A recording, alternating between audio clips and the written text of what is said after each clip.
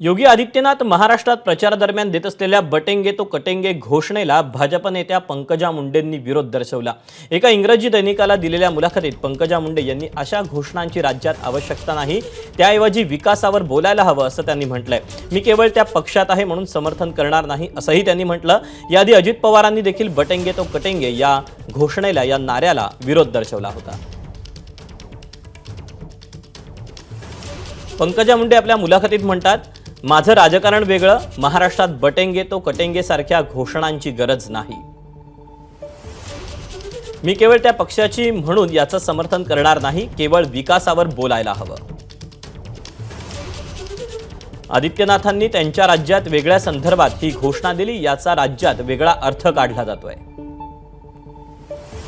या घोषणेचा अर्थ मोदीजींनी जात धर्म न पाहता सर्वांना समान न्याय दिला असा आहे। योगायोगानं मोदीजींनी तेव्हा एक है तो सेफ है ही घोषणा दिली होती। त्याच घोषणेचा वेगळ्या पद्धतीनं केलेला हा उल्लेख आहे।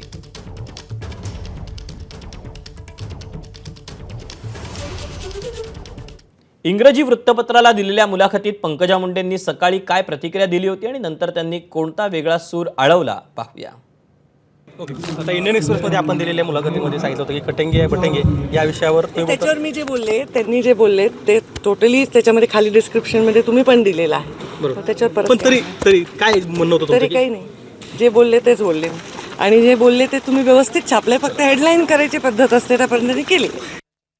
15 वर्ष मी राजकारणात काम करत आहे, 25 दिवस झाले पण मी फिरती आहे, 25 सभा मतदारसंघात वेगवेगळ्या माझ्या झाल्या।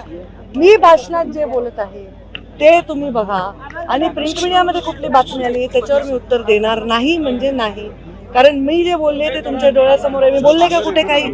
आता त्यांनी प्रत्येकाने काय केलंय त्याच्यावर मला आता कुठलंही भाष्य करायचं नाही आणि माझा मुद्दा विकासाचा आहे, त्याच्यापासून हटवणं किंवा पंकजा मुंडेंच्या सभा आहेत त्या सभा एवढ्या होत आहेत त्याच्यामध्ये उगीच डायव्हर्ट करण्याचा हा प्रकार आहे। एबीपी माझा, उघडा डोळे बघा नीट।